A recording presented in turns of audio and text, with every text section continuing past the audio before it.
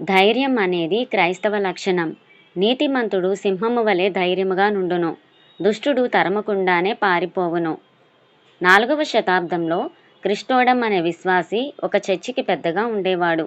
దేవుని కొరకు బహురోషము ధైర్యము కలవాడు. ఆ రోజుల్లో రోమా సామ్రాజ్యం అధికారులు క్రైస్తవులను బహుగా హింసిస్తూ బాధిస్తూ ఉండేవారు. అప్పట్లో క్రిస్టోడం యొక్క రోషం ధైర్యం గురించి విన్న రోమా అధికారులు అతన్ని విశ్వాసంలో బలహీనపరిచి దేవునికి సేవకు దూరం చేయాలని అతన్ని పట్టి బంధించి చెరసాలలో వేయించెను. ఆ తర్వాత రోమా చక్రవర్తి అతన్ని తన ముందుకు పిలిపించి ఇలా అనెను, నువ్వు యేసుక్రీస్తును బహిరంగంగా విడిచిపెట్టకపోతే నిన్ను రాజ్యం నుండి బహిష్కరిస్తాను.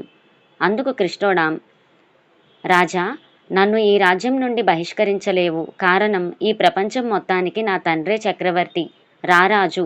అందుకు రాజు కోపంతో, అలాగైతే నీ ప్రాణం తీస్తా అన్నాడు. అందుకతడు, రాజా, నువ్వు నా జీవాన్ని కనీసం ముట్టను కూడా ముట్టలేవు. అది నా తండ్రి చెంత దాచబడి ఉంది. అలాగైతే నీకున్న ఆస్తిపాస్తులన్నీ బుగ్గిపాలు చేస్తానని రాజు అనగా, అందుకతడు, రాజా, నా ఆస్తిని ముట్టను కూడా ముట్టలేవు. కారణం నా ఆస్తి పరలోకంలో భద్రపరచబడింది.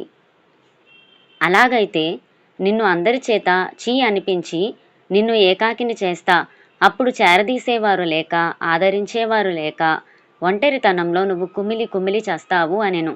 అందుకతడు, రాజా, అది కూడా నీ వల్ల కాదు.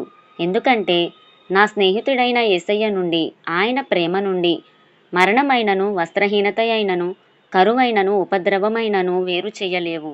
రాజా, చివరిగా ఒక్క మాట, నేను రారాజు కుమారుణ్ణి, నన్ను నువ్వు ఏమీ చెయ్యలేవు అని ధైర్యంగా బదులిచ్చెనట.